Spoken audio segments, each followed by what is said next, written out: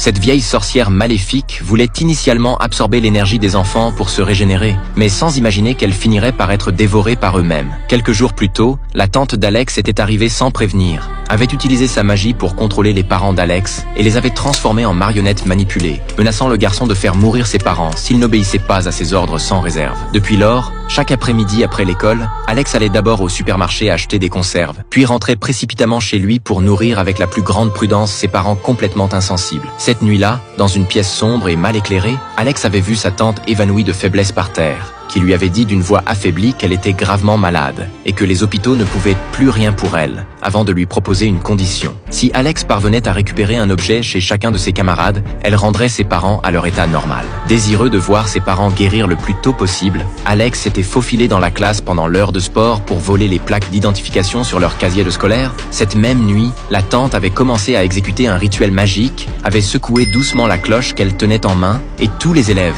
comme attirés par un appel magique, étaient sortis précipitamment de chez eux. C'est alors qu'Alex avait réalisé qu'il avait été trompé. Le véritable but de sa tante était d'absorber